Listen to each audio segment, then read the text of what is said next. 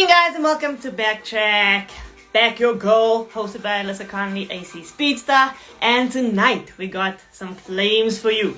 Jo-Ané van Dijk is going to be sharing her story with us, guys. She recently was announced as part of the Olympic team for this year. That is super exciting. So we're going to be talking to her. We're going to be hearing, about her background and, where she went to school. She's just going to share her experience with us. So welcome. Hello, Bradley. Hello, Johan Duplessis, I'm guessing. Tell us where you guys are watching from, where you're tuning in from. Just waiting for Jo-Ané to join. Hello, Cynthia. What's happening, girl? I just recently interviewed Jo-Ané at the SA National Champs, and this girl set a goal for her, and she has achieved her goal. So we're going to speak to her, and we're going to hear about the build-up to this goal that she achieved, being announced part of the Olympic team. Let's get her on.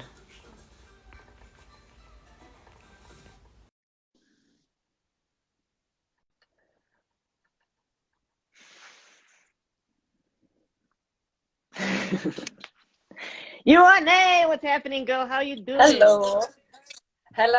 I'm good, thanks. And yourself? I'm very well, thank you. Welcome to Back Your Girl with Alyssa Conley. Thank you. It's good to be here. So good to have you here. So for everybody watching, welcome, guys. Welcome to the ninth episode of Back Your Girl with Alyssa Conley. We are speaking to Jo-Ané tonight. Let me just tell you about this girl, guys. I interviewed her at National Champs. And in that interview, she told me she was going to achieve something, and she achieved it. That's what I like. That's what I like right there. Hard work pays off. So Jo-Ané is a silver medalist at the African Games in Rabat 2019. She's a bronze medalist at Brazzaville 2015, All African Champs silver medalist in Durban 2016 and Asaba 2018. And she's the South African Champ 2021. And now she's going to the Olympic Games. How are you feeling, girl? I'm excited. I can't believe it's happening, actually. I think I'm telling everyone, I think I'm still in denial. I can't believe it myself. I'm very excited. I'm looking forward to it a lot. It will be my first one, obviously. So I don't really know what to expect exactly. But I'm just very excited. A little stressed about the COVID situation, just to say, stay safe and COVID free. But yeah, I'm very excited. Nah, don't be stressed. It's the Olympic Games. They will have you guys protected. They'll make sure nothing goes wrong. So you'll be all good. And you're 23 years old going to the Olympic Games. But before we get into that and before we chat, we're going to start off by playing a game, right? Seeing as you've been on this winning streak and you've been hitting PB after PB after PB, we're going to see if you can hit a PB on Back Your Girl. So there's this game we play where you have to name as many female athletes in any event in 30 seconds. Okay. Our current reigning champ is Rickanet, and she named 20 athletes. So let's see what you have. Okay. Are you ready? Okay. Let me just get the timer out. I'll tell you. I'll count you down. No false starts. Are you ready? 3, okay. 2, 1, let's go. Alyssa Conley, Alison Felix,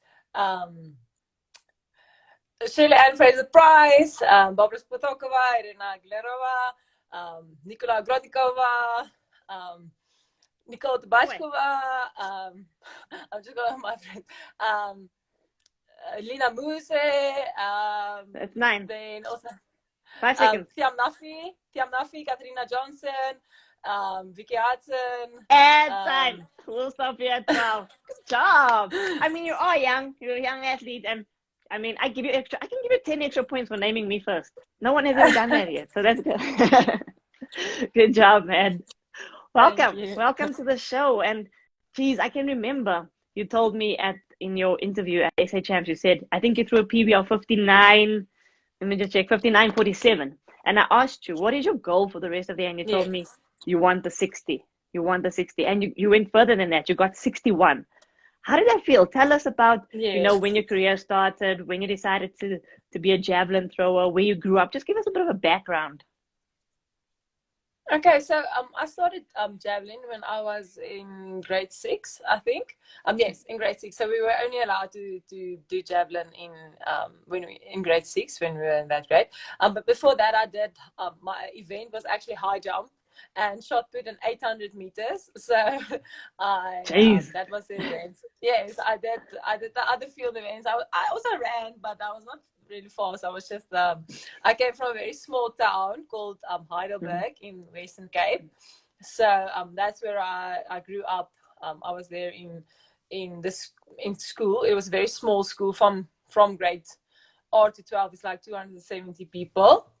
So Sure. then in grade 9, I moved to another school, a bigger school with more opportunities, at Nikwa in George. Mm-hmm. So Mm-hmm. yeah, from there on, I continued with the javelin. It was actually just on the side. I actually played netball through my school career. That was actually my main focus. So then Yeah.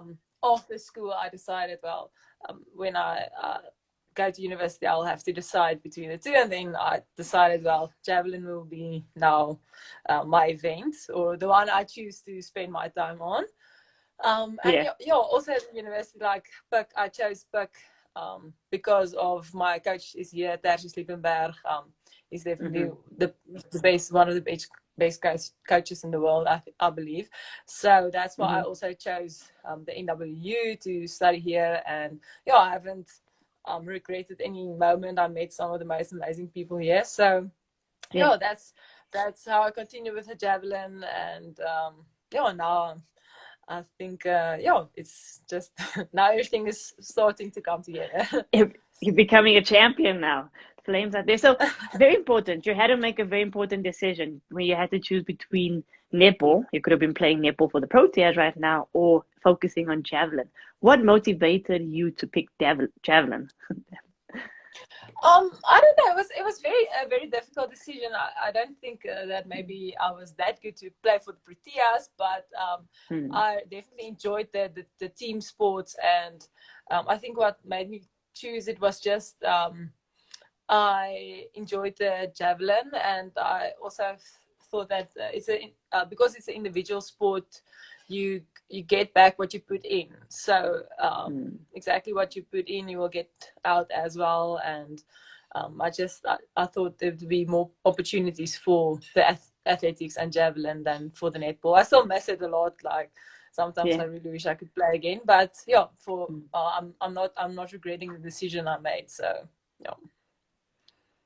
Perfect. And obviously, you said you get out what you put in, and I know that you're a sports nutritionist, or you're a nutritionist, a dietitian. So tell us, Dietitian. how important is your nutrition program, your eating? How important is it to be on track? Especially because a lot of people think, throwers, they don't have to eat well. They can just eat whatever they No, want to eat and they'll still perform. So tell us, is it important or is it not important? definitely. I think well, for me it is because I've always like focused on eating healthy and eating the correct things.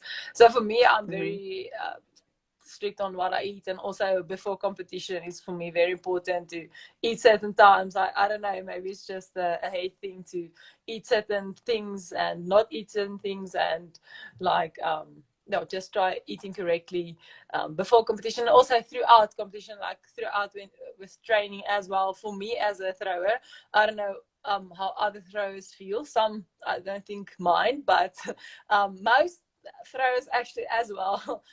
They think about what they eat and they try eating healthier, and Mm. also eating for training. Like for example, the day if you don't, I don't know, you adapt with your training. So for example, if you have more training, you'll eat more, or that's how I do it. Like if I have more Yeah. training, I will eat more, but still healthy. So the portion will just differ. So yeah.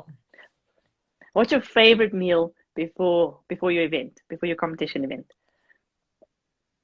Like, what's your go-to I meal? Mine was always tuna on rye bread. That, like, I never ever ate anything different. I ate tuna on rye bread. That was my meal. So what is yours? I don't have a specific one. I just try to have a good meal, or well, the maybe 3 days before competition already starting eating more and eating like healthy, like just I don't know, full late meals. I don't know. I don't have a specific one, but maybe a pasta or I don't know. Before training also, or sometimes like just a sandwich. I think is my go-to. And when in competition, it's always like a banana. I have a banana, and I don't know. I have some rituals with that. Just keep it simple and easy. Yes. Yes. So tell us about your European season. How has it been? Where did you throw your new PB of 61 meters? And tell us what was going through your mind, when that happened. How did you prepare for it? How did you stay motivated for it? And how did you celebrate, most importantly? Okay. So well, the European season was so much fun. I started in Hungary. Very funny story. When I got there, I almost missed the competition because I missed the bus. But so we started there. Started a bit rough patch. My second competition was in Czech Republic, in Prague. We also have based there, and it was also not a very good competition. So I was like, okay, I should start throwing better now. And then my third competition was the one in Kladno, where I threw my personal best. So I don't know. I prepared for it. I just thought that it would be my last competition for the season. So I was just thinking, well, I have nothing to lose. But it's actually also a funny story. Like 2 days before that, I went hiking in the woods with one of my Czech friends. She's also a thrower. So we ended up like walking in total maybe like in one day 11 kilometers. So 2 days before my competition, so I was a little stressed in competition that maybe I won't be able to run, and then I ended up throwing my PB. So I was very happy about it. And maybe that should be a new ritual. Yes, get some fresh air. So that was quite fun. So when I threw my PB, I was just like very also amazed. But I think maybe it was just because I was relaxed and didn't have anything to lose. Afterwards celebrated. We just went with me and my training partner and all our Czech friends that we have that's also javelin throwers. We went for a couple of beers afterwards in Prague. So that was our celebration. That's amazing. And congratulations again on that PB. And obviously you just recently it was announced that you're going to be in Tokyo very soon. And when you saw that announcement, or when you heard the news, what the heck? Because that is the most amazing news any athlete can hear, that you're going to be representing your country at the Olympic Games. So what was going through your mind? Tell us. Speak us through it. Definitely. So when I came back to South Africa, so when I threw my PB, I decided my manager said, well, maybe you should stay longer, try throwing a little further and getting up in the rankings. This will be better for you. And I was like, okay, well, I don't usually do things like that. Just I like planning ahead. And then I was just like, well, I'll just stay then for a while. So I stayed in Europe for 10 days longer or so. So then I competed there, and then I knew my points would be like putting me higher up in the rankings, but I didn't know it would be 32. So when I got to South Africa again, I was at 33. So I didn't think, well, maybe I did not make it. And then when I got to South Africa, I had a flight home actually as well, because I live quite far from Johannesburg. And then when I had to board my flight back home, I saw, okay, I'm number 32. So then I was like, okay, well, next to my name it says qualifiers according to world standard or world quota. And I was just world like, ranking. Okay, well, I'm top 32 now. Like, me and my boyfriend were like, okay, we're so happy now. But I was just thinking, okay, but now I just hope that they will also take me in the team, because I didn't know if I should throw the automatic qualifier, because it was never really said, okay, you'll definitely be taken in account or in the team if you're just top 32. So I was still very much, well, I don't know I don't know, like I started getting emails that I'm in the team, but it's not officially announced yet. So I was Yeah, very happy in one sense. I was like so excited and just wanting to tell everyone and make it official. But then I was just like, I have to wait for the news. And then, I mean, yeah. when the news came out that it's official, I was just so overwhelmed and so happy. And I mean, I think I'm maybe still in denial. Like I can't believe it. Yeah. Until you get there, Because you're it's like, really what is happening? Mm. yes. So it's really a dream come true. I think I told everyone like when you're a little girl or a little athlete, everyone always asks you, okay, so what's your dreams or what's your biggest dreams? And I would always say like one of my biggest dreams is going to the Olympics. Not even getting a Mm. medal, it's just going there. So yeah, it's really a dream come true. I'm so excited and privileged, and yeah. That is tick, your biggest dream tick, and you're so young, so it can only get better from here. Yes. And I mean, the next Olympics and the next Olympics, and now you can say the next one, I want a medal and I want to do this, and it's absolutely amazing. Yes. You're gonna love it. What are you most excited about for the Olympic Games, and who are you looking forward to seeing at the Olympic Games, like competing with? So, what I'm most excited is just being there in the atmosphere or the village, like staying amongst other athletes also, and just, I Mm. mean, experiencing. We won't be able, I think, to experience Japan really that much, but just living in the village, and like sharing maybe a dining hall with some of like Roger Federer, or I don't know if he's going, but maybe like a big athlete Yeah. that's also going. So I'm looking forward to the whole experience and to throw in competing again in that environment. I mean, it's something I've Mm. never competed like that big um, competition. So I really look forward to the competition as I see what my abilities can be when I'm put in a situation like that, and just to Yeah. enjoy it. So I'm looking forward to it. I see someone in a comment said sushi or something, but definitely there's sushi also. I'm looking forward to that. I hope they have that involved. No, that was gonna ask you what's the meal you eat before you compete, and then Oh, someone said oh, you oh. love eating. No, I can tell But you I there's a also lot like of that, food. but not before competition. I'm always scared I would get No. like I avoid chicken and fish sometimes before competition. I'm a little scared for that. No, don't do that. And please, when you get to the Olympic Games, know that there's going to be a lot of food at the dining hall. Don't indulge. Just wait till your competition is over, and then you can Yes. indulge. Okay. Yeah, luckily when I was a small like younger athlete, I would also like Mhm. just put my plate full of everything, and but now I think I've matured in that. Like just eating normal. It's very difficult, like eating normal when Mhm. everything is there, but uh, I There's just should goals, do so you that have to until I'm stay finished with focused. competition. Yes. Exactly. No, but you're gonna do great, and we're so excited to watch you, and just to see what you're gonna do. I think that you've showed, or you've demonstrated that if you set a goal and you work hard, then you can achieve that goal. And I think it's very important, for young athletes like yourself. You're only 23 years old, and you made a decision. You decided I want to, pursue javelin over netball, and you've become a world athlete, and you're about to represent your country, on the world stage. So I think it's important for you to tell your stories to younger girls so that they can see it is possible. Just work hard, stay motivated, keep pushing. So, question, when you were younger, who was your motivation, or who inspired you?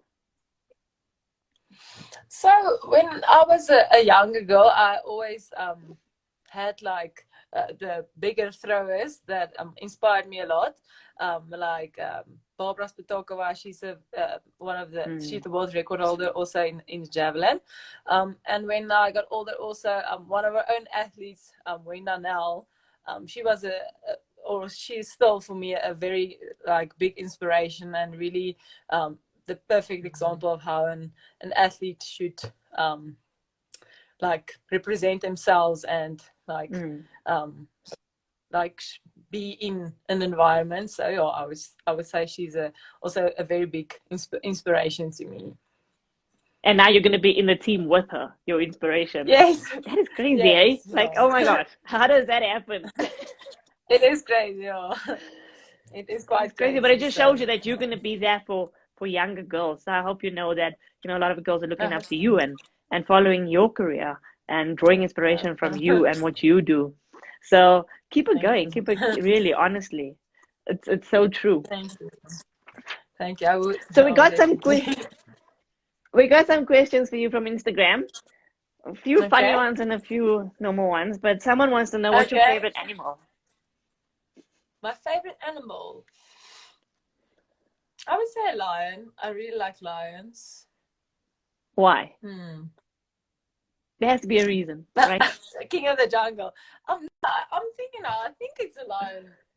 Yeah, You think? a lion. No. What in the Kruger National Park if we're there? That would be maybe.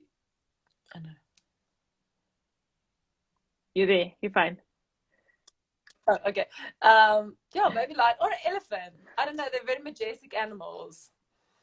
Both powerful animals, so Yeah. I don't blame you. Yes. Another question. What is your Yes. favorite song? My favorite song at the moment, I really like Adele. Anything Adele. Um,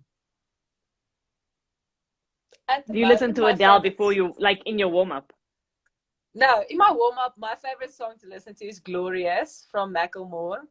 I Good always song. play that before I compete. It's like a thing I have to listen to it just before I go, just before I um, get on the bus or whatever. So that's my go-to song always. That's a good song. Now we're talking. Adele before Yes. you throw is not No, gonna no, work. no. Adele's when I'm driving home and just have to have my own concert. So, Jamming in the car karaoke. yes, yes, definitely. I think you answered it, but not really. What's your favorite cheat meal? I think it would probably be, but sushi's not cheating really. Um, Really? You don't think it's cheating? It's it depends on what type of sushi and how much I think. But I would say sushi true. probably because I always eat spring rolls with it as well. So Okay, yeah, then that's cheating. That's definitely yes, cheating. and wine. So Very important question. What keeps you motivated? Like, what keeps you motivated in the mornings when things get tough? Like you said, you had two very bad competitions in Europe, and then at your third competition, you threw, your PB, and that got you into the 32 ranking and got you qualified for Olympic Games. So, what keeps you motivated? What keeps you going? I just think the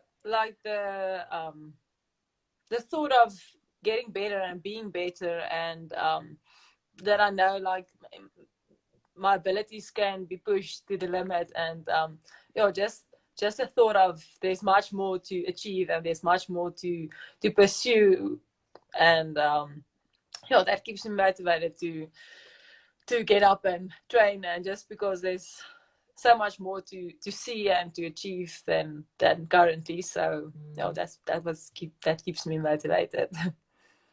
Yeah, that's amazing. Like, you know that there's more in you, and you know that you can achieve and do better, right? Yes, definitely. So obviously, from a old athlete to young athlete, we're trying to think of ways to keep, younger girls, like girls in primary school and girls in high school, motivated to compete in athletics, especially in South Africa. We know that we have a lack of female athletes in South Africa. So, just from your perspective, from a youngster's perspective, what do you think is the issue, and why are girls not wanting to continue with athletics?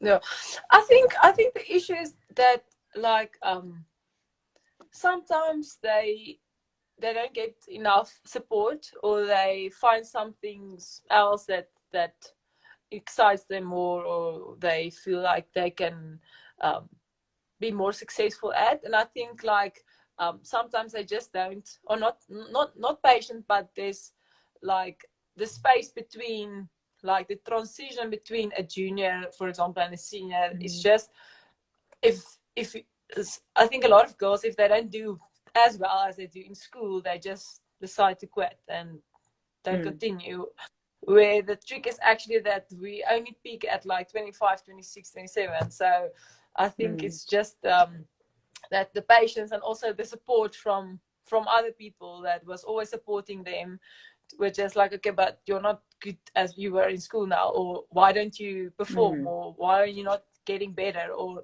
like, I think if I had to listen to comments from people like 2 years ago, 3 years ago, they told me, well, you threw this when you were in school. Why haven't you thrown 60 yet? Then I would also have quit it before, because I would have thought that, well, I'm never getting better. And then I think they quit too early before they make the breakthrough. I think there's like just one stage where you can make a breakthrough, but I think that the transition between that is just it's not supported enough for them to just be not that good at one stage as they, for example, were in school, or when they were younger, or especially I also think when they were younger, a lot of girls are pressured like a lot when they are there, and then the moment they leave school or their homes, they don't have that pressure anymore, and they just decide that they're not going to go through all that just because someone else told them to do it. So that's what I think. Definitely. I think that the problem is definitely the patience and the pressure from everybody, like asking what happened to you, why aren't you achieving anymore, why aren't you doing that great anymore? And obviously people just stop following your career or stop keeping you motivated, and it's hard because it's an individual sport, so you basically draw motivation from the people around you, and if they're putting you down all the time, it's really hard. And I think that that's such an important message that you're sharing there, is like, just be patient and just wait, the breakthrough is coming. I mean, you first picked up a javelin at what age? When I was 12. 12. Exactly. So Jo-Ané picked up javelin and started throwing javelin when she was 12. 11 years later, she's going to the Olympic Games. I mean, come on. That is definitely, that's crazy. Like, that's what it takes. It takes hard work, it takes time, and it takes patience. That's exactly it. A lot of patience. Yeah. But Jo-Ané, you're amazing. A lot of people are commenting on the chat saying that you're amazing, you're lovely, wishing you all the best for Olympic Games, saying thanks for having my favorite athlete. It's a pleasure, Sumari. And that's my Jo-Ané sister. says, okay, biased. Jo-Ané says, just do your best, God will do the rest. Multiple gold medalist in the making. We agree, definitely. Okay. Definitely, and you believe it. I know you do, right? No, well, I know there's more to achieve, but well, for now I'm not. I'm being realistic as well, so maybe not now already in the medals, but definitely I'm focusing. My goal is to be at least top 12, so or top 10. I don't know. We'll see. That's it. As long as you have goals and you keep your sights on your goals and you keep working, anything is possible, right? Yeah. Maybe we surprise ourselves. So. You never know. Jo-Ané, thank you so much for being on Back Your Girl. We're wishing you all the best, and we're definitely going to be watching, and we're going to be following you and supporting you and cheering for you and backing you 100%. Go enjoy Tokyo. Go enjoy the Olympic Games. And, whatever happens, you are already a champion, and we believe in you. Thank you very much. And thank you for everything you do for athletics and promoting it. We appreciate it a lot. It's only my pleasure. Thank you to all the watchers and all the good comments, and good luck for you. And everybody is wishing you all the best. And we're definitely going to be rooting for you. Thank you for watching, guys. Keep your eyes. She's going to be competing at the Tokyo Olympic Games. She's going to do great. Have a good evening and all the best. Bye-bye. Bye-bye. Bye. That was Jo-Ané, guys. She is absolutely amazing, extremely humble, a young athlete, and so persistent, and her perseverance speaks wonders. She obviously has not given up. So we're wishing her all the best, and to all the other South African athletes going to the Olympic Games. It's happening very, very soon. Wishing them all the best, and we're backing them 100%. Thank you for tuning in, guys. Till next time. Good night.